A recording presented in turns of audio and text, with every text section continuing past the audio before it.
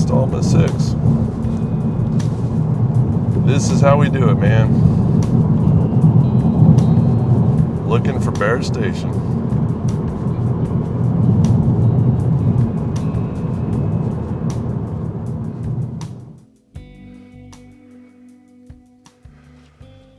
Well, welcome to Installment 6. I gotta catch my breath. I just climbed up this little hill here. So we're here at the base of what is now known as Barrett Cove. This is the base of the Barrett Cove boat ramp, named after a Mr. Barrett who used to own a whole lot of land around here. We left off in Installment 5 when we hiked the roadbed, the 1926 alignment, along those cliffs west of here to Bridge 35A and Bridge 4. So we're going to pick up today here at again at the bottom of the boat ramp and continue east about a quarter mile to, you can wave, Tim. I got my archaeologist friend Tim here with me. He's going to help me find stuff. So the Barrett Station is about a quarter mile from us here, east of us, and then another quarter mile brings us to the old Barrett Bridge. So let's get hiking. Let's see how the story plays out. It's a lot warmer today than last time I was here. That's a good thing. That's curious. What are we, a few hundred yards from the boat ramp?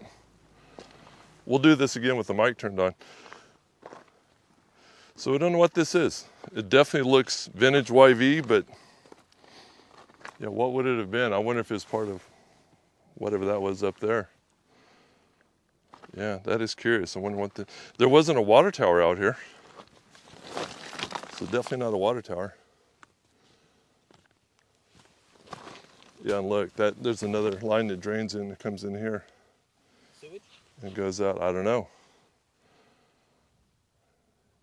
And you know, there was a section foreman's residence that was on this side, or the west side of the station itself. But I know the station's around the bend, but I have no idea if it was this far or not. But that looks mighty big for something residential.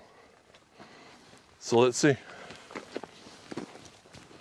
All right, so the aerial, video, and photo. Luckily, Tim was coming along. Success or failure, Tim? Success. Tim had the courage to really put it out there, risk his drone. The viewers appreciate that, Tim. Oh, look at that. Look at this. And those are more of the square-headed bolts that we see on the bridges. Ah, that's something. That is so cool. It's interesting how every time you come here, well, I've only been here 3 times, but every time you come here, something else gets washed down. Of course, that also means something else gets washed or covered up. But Tim put it out there and got some photos of 39A. More cable. And flying the drones over here, what I was reminded of is how quickly this place, it really does get twisty up here. That's one of the things the designers are worried about, or the architects were worried about, was how the grade was going to sharpen up a lot more turns than what was on the original YV road bed. And you can definitely see it up here. So we'll put the video clips out there and show you some of that, of some of the aerial views we got today.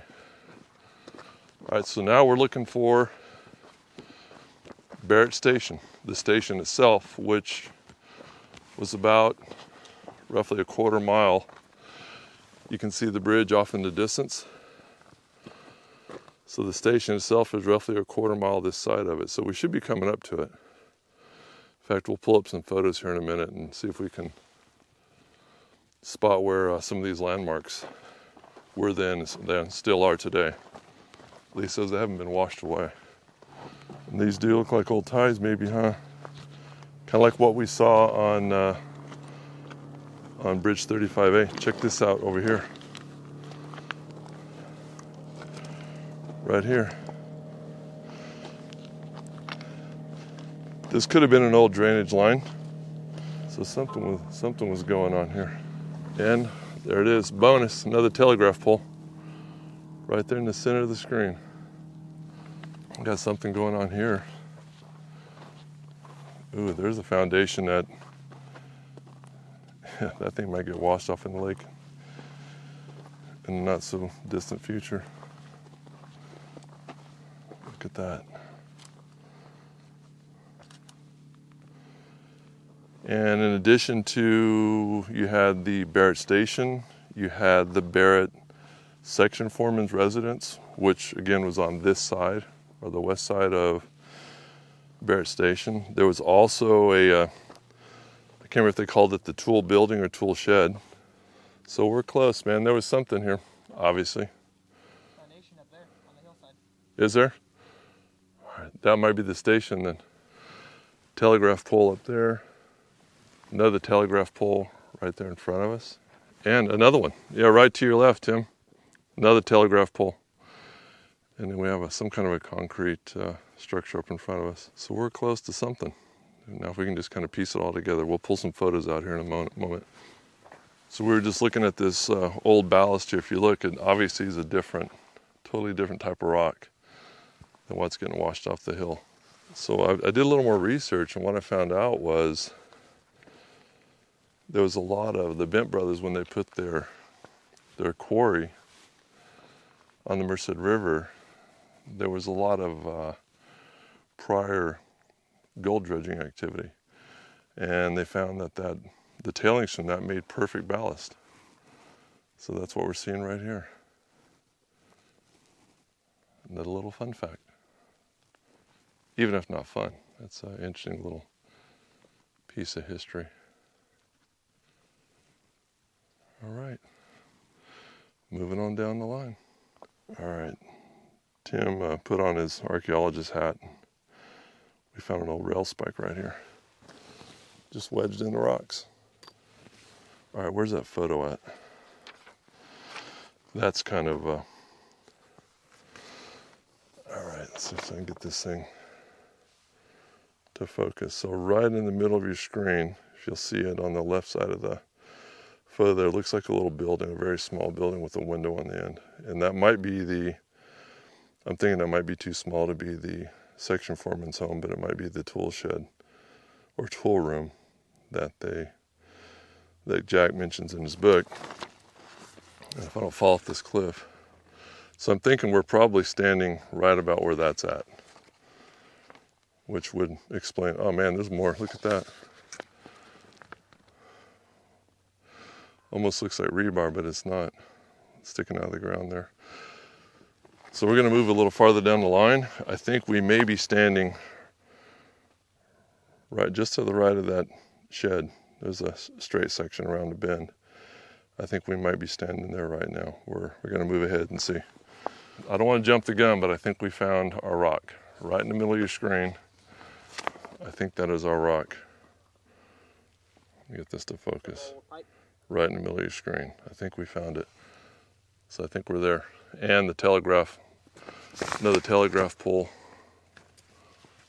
on the cliff in front of it, which also shows up just to the left. Come on, focus, there we go. Just to the left of our rock. So I think we're on it. Yeah,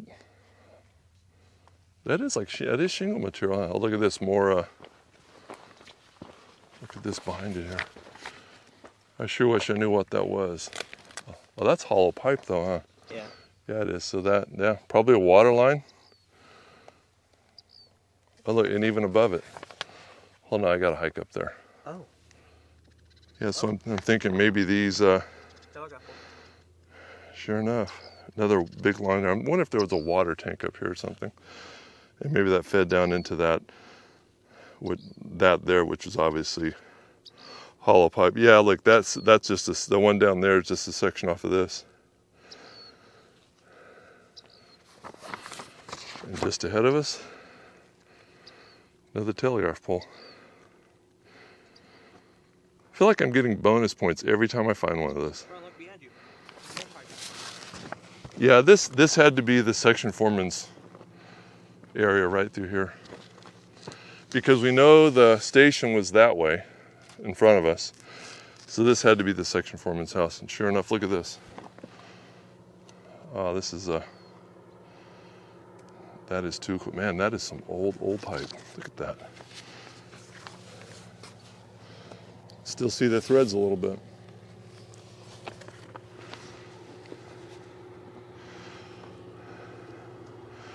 And a pretty cool view. Along this part of the railroad, when the lake was full, you were only 25 feet from the, when the lake was at capacity, you're only 25 feet from the water. Of course, you didn't have power boats like that back then. All right, moving on. Maybe, unless we find more. Oh look, another railroad spike right there. And more of this. And another telegraph pole. Another bonus point. All right, there's our rock. And then something Tim just found. So this is a foundation of some sort. Something was done with intention here.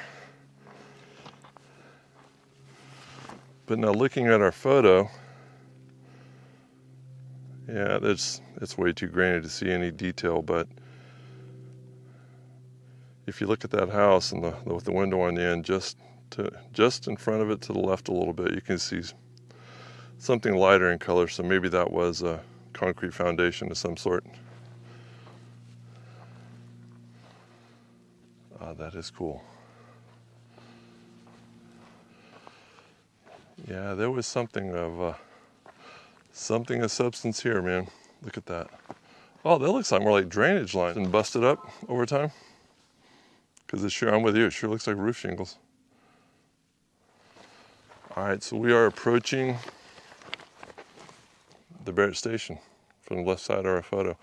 Now what's interesting here is in this photo you see there are two tracks. They call it the mainline track, which would have been on the right, what used to be what they call the house track, and the tracks on the left, which became the house track originally, were the main line.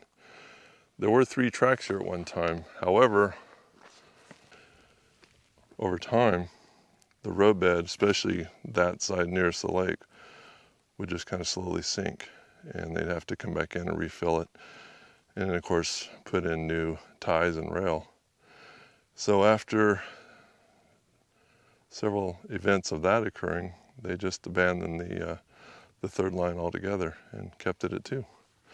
And the reason they made the line closest to the station, the main line, was because it was one least likely to sink. Another fun fact. All right, a couple of telegraph poles there. And just to the left of the station, you can see there was a pole there, so maybe this is it.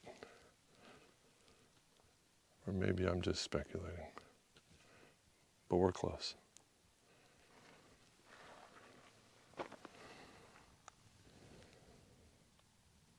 All right, center your frame. A little pointy rock just behind the telegraph pole. And center of your frame. All right. I'm thinking we're here. I'm thinking we're here. Check this out, some old rusted chain. The loop on the end.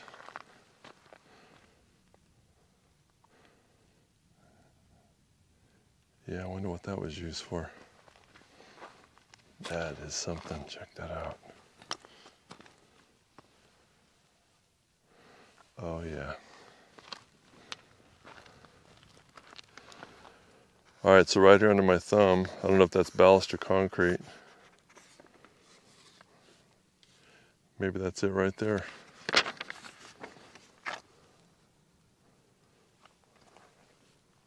which would put the station, if that is it, that would put the station right here in front of us.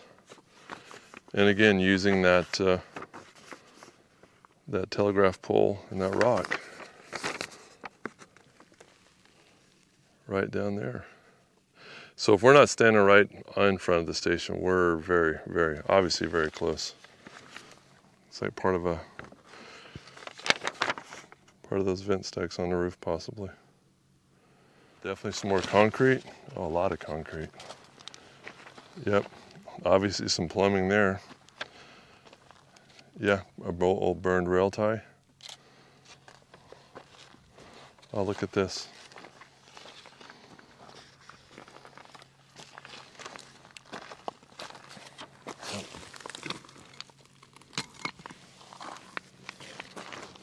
Hollow pipes, probably another water line.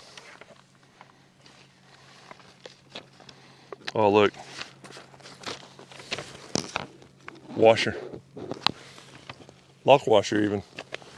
It's an old lock washer. Oh, another lock washer. There's a lot going on right here. All right, I don't have that in my photo. Is there anything? No, nothing in your photo of what that might be. Yeah, because we're on the lake side, where the station would be. Obviously something. All right. Oh, look at this, more. Wow.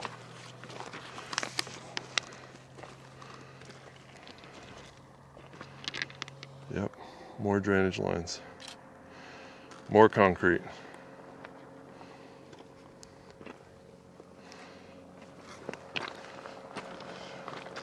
Big slab.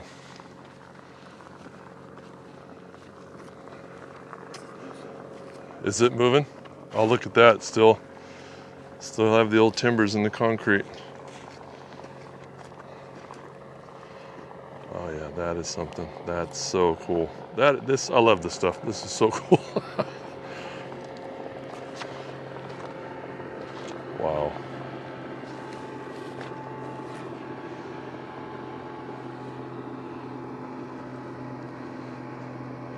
High dollar fishing. Something else I want to show you guys. If you look across the lake there it is, there's my finger. Right through there, middle of your screen. That is the old high water line. Look at this too. What is all this?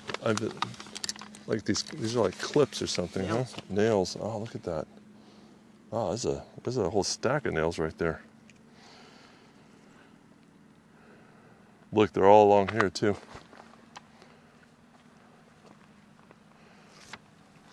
All right, some other fun facts about Barrett. This station was about the size of the Bagby station, which we'll be going to next in Installment 7. And the living quarters here were very small, which they figured probably because it was going to be, being such a remote site, it's going to have single occupancy, which turns out it was single occupancy until they shut the station down in the mid-30s, and Tim found something else. So when they shut the station down in the mid-30s, the section foreman who lived down the direction we just came from, he and his wife moved in and remained here until they totally shut down the station in 1942. What'd you find? Oh. Old bolt in the cement. So it's an old anchor of some sort. Man, so much lost to history. Square-headed bolt. Definitely popular in the construction of the YV. A lot of water lines, man. I'm assuming they're water lines. It looks like pipe thread, and they're hollow. Look at all this.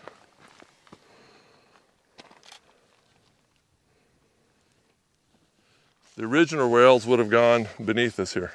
In fact, if you look all the way out to the second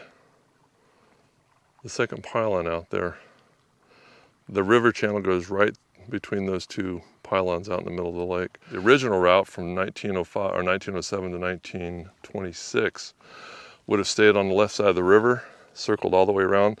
Straight ahead of us, in the center of your screen there, is Piney Creek.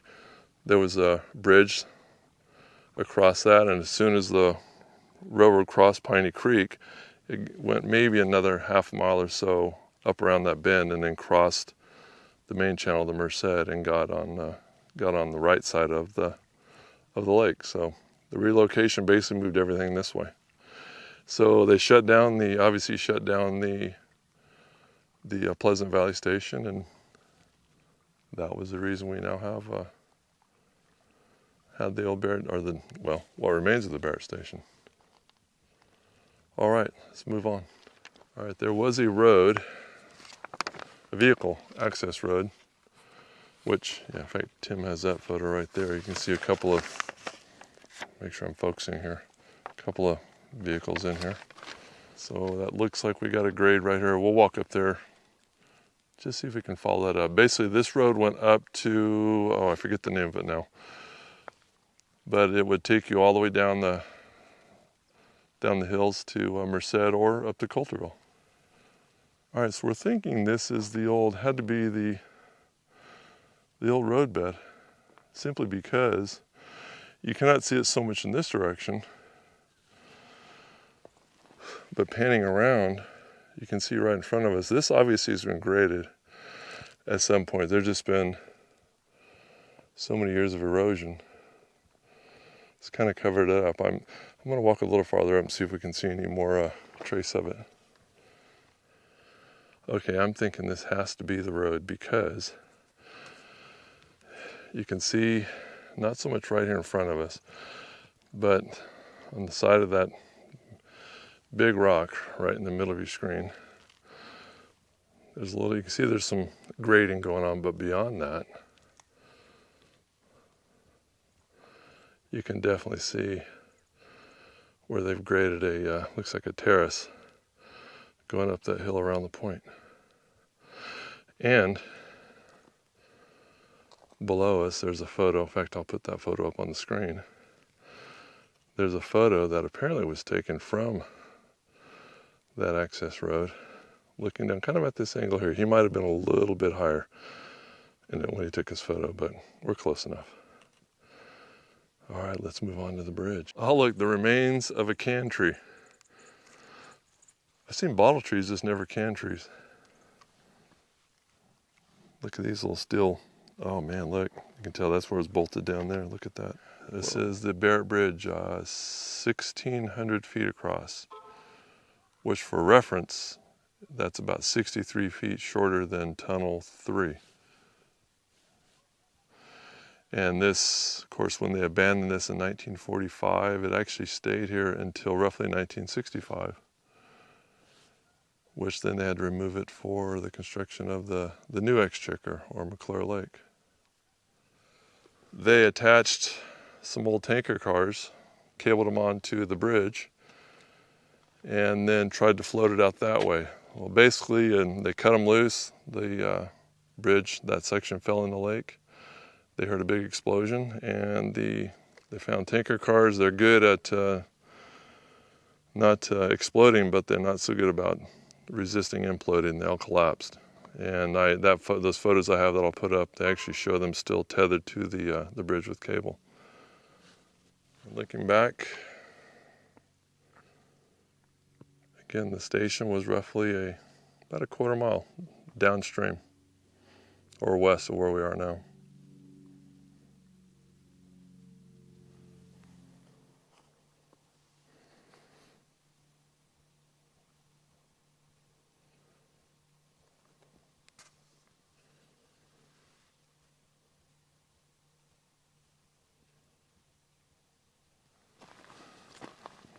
What is that? I wonder what that was for.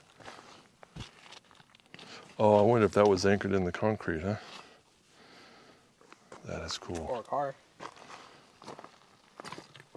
Oh, that's true, huh? One thing I forgot was, and what made me think of it was this right here. So when they abandoned the YV in 1945, one of the former employees actually bought the station and used it as a hunting and fishing shack. So I was thinking about that, of course, back then, that was a really remote area, back in those days. But I looked at these concrete slabs and thought, it'd be a pretty good platform. Put your chair out here and do your fishing. Our plans, while good on paper, we may be fighting a uphill battle there, literally uphill. I wanted to launch from here, and we're going to give this a try. I wanted to launch from here, basically go due east to Bridge 39A and B, just to see if we can get some video of it. But right before us here, it's a pretty good mountaintop, which we need to go about 2 miles out, so I'm thinking this is probably going to interfere with our signal. But we're going to give it a try. So we're going to launch Louie here in a moment. First thing I'm going to do is we're going to fly right over these little bridge pylons and follow the shoreline around. Just see what we can find. All right, see how it turns out. Tim's already on his way. Here we go.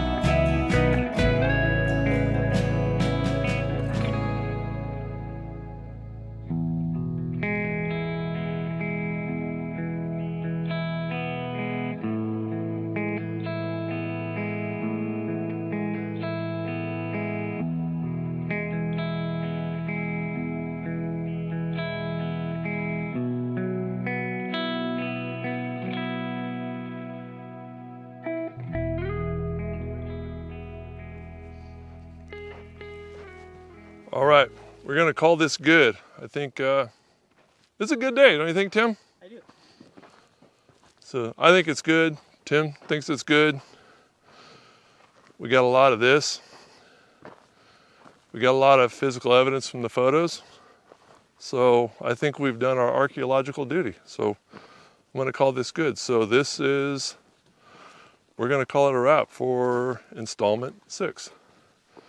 And we'll see you in the next video. We'll pick up again on the other side of the lake at Bagby on Highway 49. So thanks for joining. We'll see you next video.